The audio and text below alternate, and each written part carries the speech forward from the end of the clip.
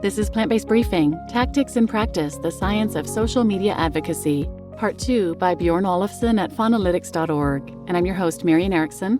This is the Plant-Based Podcast where I curate and narrate with permission a variety of articles on plant-based and vegan living in about 10 minutes or less every weekday. And today's article is longer than that, so it's a two-parter. I read part 1 yesterday, and now we're jumping into the second half. So now let's get to today's Plant-Based Briefing.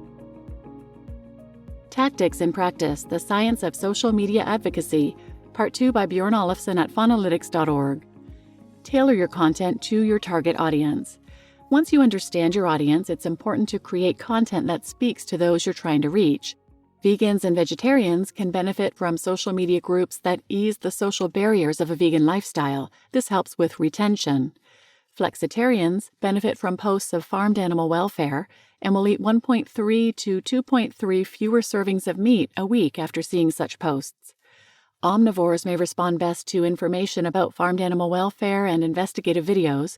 However, while evidence shows that social media alone is unlikely to make an omnivore reduce their individual consumption, they may be inclined to share or otherwise engage with pro-animal content. And as discussed above, a social media post may be the first step an omnivore takes in a pro-vegan path. The region matters too. One study of media messaging found that people in the UK and the US may be more swayed to reduce their meat intake for personal reasons, example health, while people in China and Brazil were prone to messages that tapped into their sense of responsibility to help their communities. Test your posts. Just because social media algorithms are black boxes doesn't mean we have to forego an evidence-based approach. Many social media platforms offer either free or inexpensive A/B testing options, where you run 2 posts simultaneously and find out which one performs better. For example, you can test the effects of using a photo of animals who look happy versus those who appear to be in pain, or the use of the word plant-based versus vegan. Facebook, Instagram, TikTok, YouTube, Twitter, X, and LinkedIn each offer an A/B testing option.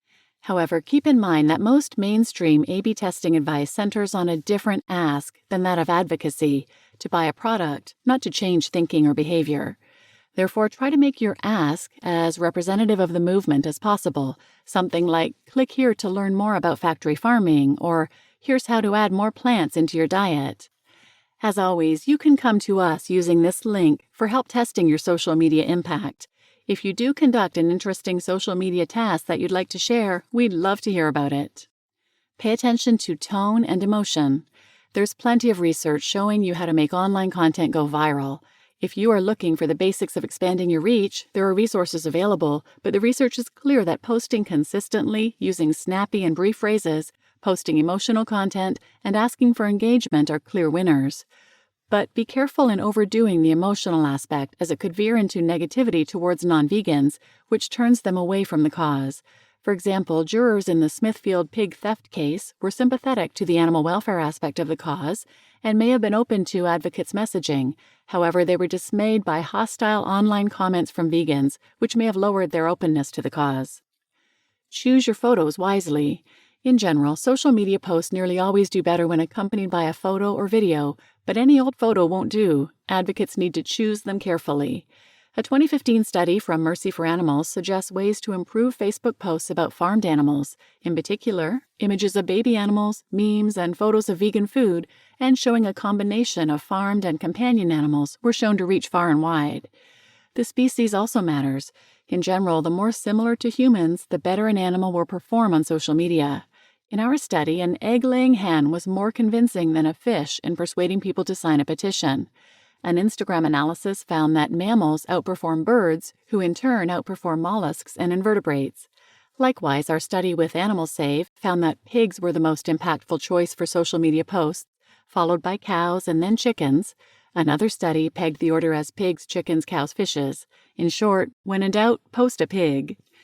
Another study found that images of a single farmed animal with a name, as opposed to a group of unnamed animals, were better at getting people to donate or sign a petition.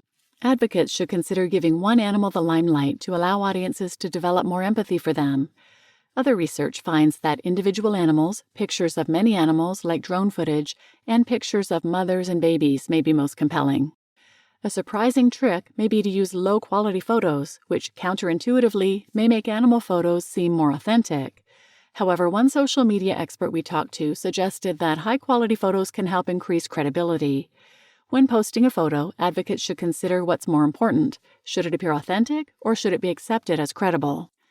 Advocates should also avoid AI-generated images, especially of animals, as these may harm the movement's credibility. If you need to find animal-related photos, check out our list of free image resources linked here, including We Animals Media, Synergia's photo database, and more. Use social media to listen. Most people associate social media advocacy with creating content like tweets, reels, images, and posts. And while that's critical, social media has another huge advantage: the ability to listen to trends from people outside the movement. Advocates can monitor messages from our adversaries to inform and coordinate our responses. This can involve following meat companies, searching for pro-meat hashtags like February or carnivore diet, subscribing to pro-meat newsletters, actively monitoring meat industry misinformation, and more. Being aware of the social media presence of the meat industry and other anti-animal groups shows us how they intend to portray themselves and allows us to think critically about rebuttals, strategies, roadblocks, and other paths to success. Keep up with cutting-edge platforms. Social media networks are constantly changing. It's critical to remain up to date with the biggest social media platforms, especially since animal advocates are proportionately underrepresented on newer platforms like TikTok and overrepresented on older platforms like LinkedIn and Twitter X. TikTok, the fastest-growing platform in the U.S., is particularly ripe for advocacy since 58% of U.S. teens use it daily. Any advocate interested in engaging with future generations should take TikTok seriously.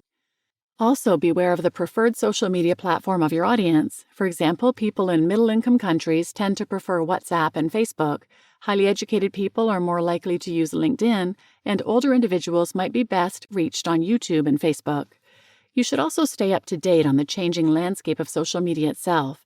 Advocates warn that it's best not to put all your vegan eggs into one basket, as one platform may change, become unpopular, or potentially even block your account. Given the content we post, especially animal cruelty, blocks and bans may be more common for advocates than non-advocates. Diversify your social media reach to ensure you won't lose your impact. The takeaway. Although it's just one of many techniques you can use to help animals, social media advocacy is undeniably here to stay, and therefore advocates need to know how to use it to their advantage. Keep in mind, mastering social media involves far more than the strategies mentioned in this blog. You still need to create an online persona, provide accurate information to your audience, learn how to use the platforms, stay up to date on trends, and more. But if you build those skills and apply the advice from this resource, you're on your way to helping animals one post at a time. If you'd like more advice or need help finding insights to support your social media campaigns, we encourage you to contact the Faunalytics team linked here or visit our office hours. You just listened to Tactics in Practice, the Science of Social Media Advocacy, Part 2 by Björn Ólafsson at Faunalytics.org.